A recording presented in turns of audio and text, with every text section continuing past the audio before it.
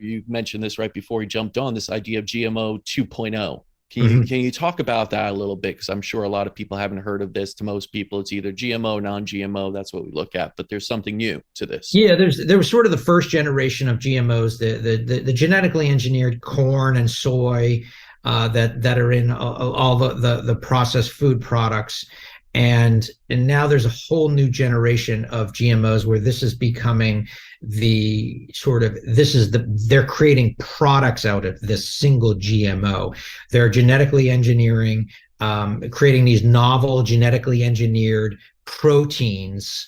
Um, and this is so you're seeing it with the animal-free whey protein using synthetic biology, and all they're using the terms they're using is synthetic biology and precision fermentation, lab-grown meat.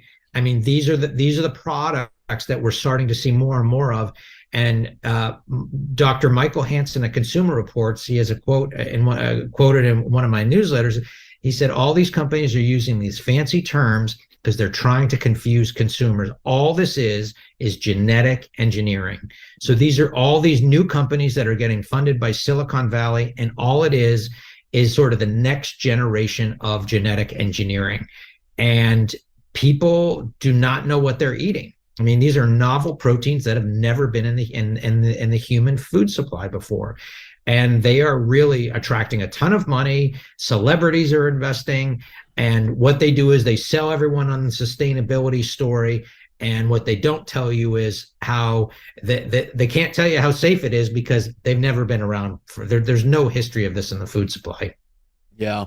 It's a scary time in general. I think our whole food industry, where we actually get our food, is completely being manipulated, controlled, and turned into sort of a toxic, where people don't really know what they're ingesting anymore, and that's a huge concern, I think, because it's the one thing that nourishes us is food. It's always been like medicine, and in this case, it's becoming the thing that's causing the most diabetes, heart disease, everything else. Can you make a case? Because I know a lot of people listening go off of cost. They look as food as, yes, it's something I eat, but it's cheaper. It looks exactly the same. And I heard people saying it's the same nutrient density, everything else. Can you make that case of why people should dish out a little bit more for organic, even beyond, let's say, the story of the farmer, regenerative ecosystem, purely on a health basis? What would be that case? Well, if you look at the studies that have been done, organic has higher levels of omega-3s. When in milk, they have higher levels of antioxidants and polyphenols. They've done studies with tomatoes and ketchup and onions. I mean, there are so many studies that show higher level of antioxidants and those types of compounds. So that's number one. And number two is, you're getting what you pay for. As we talked about at the beginning about food being medicine, why would you want to put anything but the best into your body? I know cost is an issue, and some people will say, listen, I just can't afford it. Okay, that's totally understandable.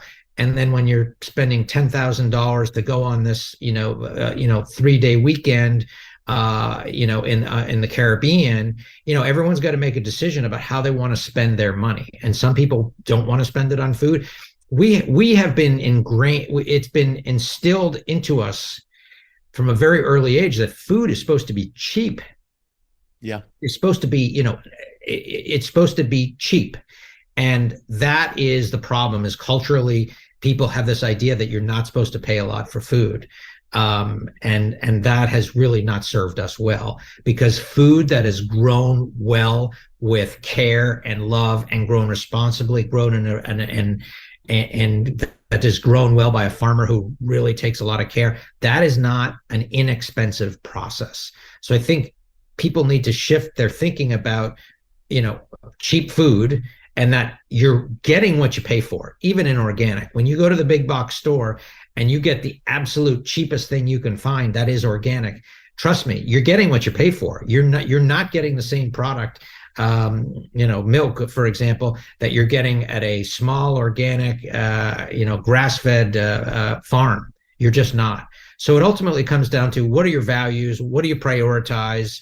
And I understand organic can be more expensive, but there are ways to do it that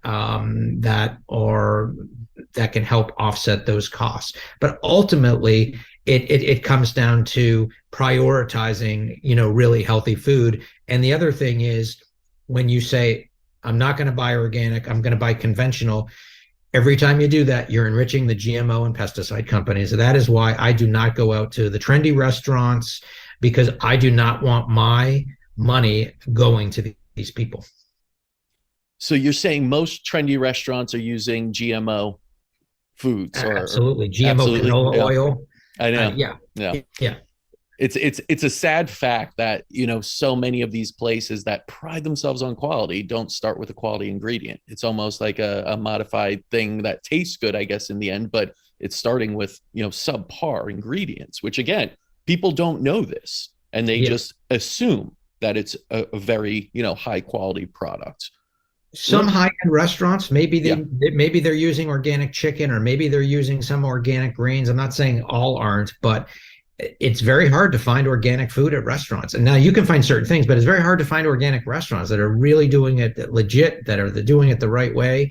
But when you go to most restaurants, almost all of them, they're using GMOs, and you Right. might not know it. It's probably in their oils, or it's probably in their corn, or if not, if it's even if it's not GMO, even if it's conventional, most likely you're eating food that's been sprayed with glyphosate. Yeah. I mean, there's so many ways, these things can enter our bodies, but we usually don't think the Michelin star restaurant is one of them when it absolutely can be.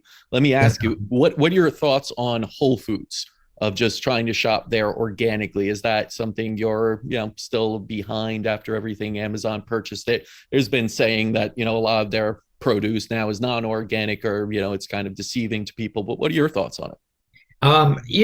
Listen, I support Whole Foods and what they're doing, and I think actually some of the stores are better run now that Amazon owns them.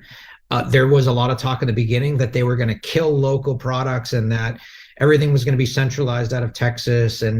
But there are a lot of local products still. So I think by and large they've done a good job. When people say, well, all their produce is conventional, that's not true. And you can go and buy the produce that is organic. Now, if you go to some of the salad bars and prepared foods, I would say I haven't gone there lately and purchased that, but in a lot of the stores, you're not going to find a lot of organic in the prepared food section. But by and large, I go to Whole Foods all the time, and overall, I'm supportive of what they're doing. No, I was a fan also, especially John Mackey.